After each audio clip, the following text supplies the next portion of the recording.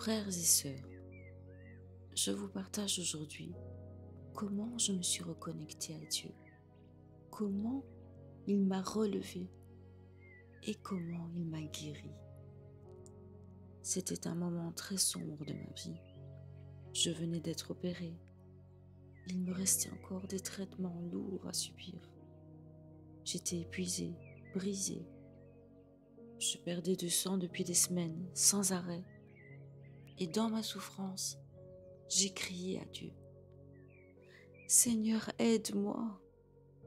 Je me sentais comme une poussière. Alors je lui ai demandé de me guérir, de me fortifier. Je cherchais du réconfort et j'ai commencé à regarder des vidéos qui parlaient de Dieu, de Jésus, de sa bonté. Et là, je suis tombée sur une vidéo de Paola dos Santos, une sœur en Christ. Et au fond de moi, j'ai su, je savais que cette vidéo m'était adressée. Dieu venait de me répondre à travers elle. Le lendemain, mes pertes de sang se sont arrêtées.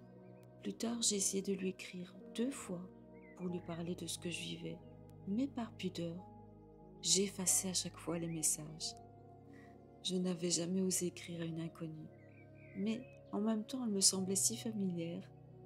Alors, au 3e message, je me suis dit, Seigneur, si tu parles avec elle à travers le Saint-Esprit, alors tu mettras dans son cœur de me répondre.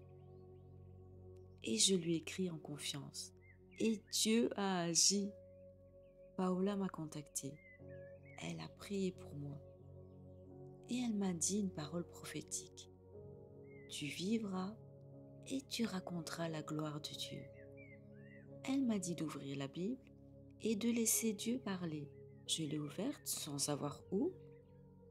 Et mes yeux sont tombés directement sur le livre de Job.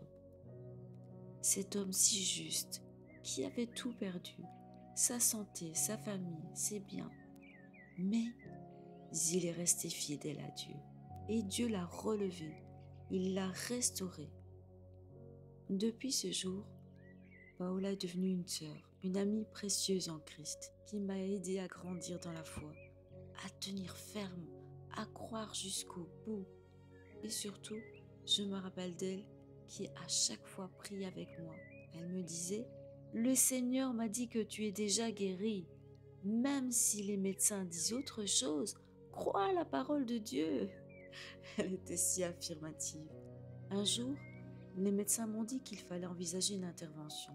Mais Paola m'a dit par l'esprit, c'est une erreur de diagnostic. Si tu veux faire vraiment l'examen, fais-le. Mais va en foi pour voir la gloire de Dieu, pas par crainte. Et j'ai encore vu la gloire de Dieu. J'ai compris que Dieu m'enseignait à travers cette épreuve.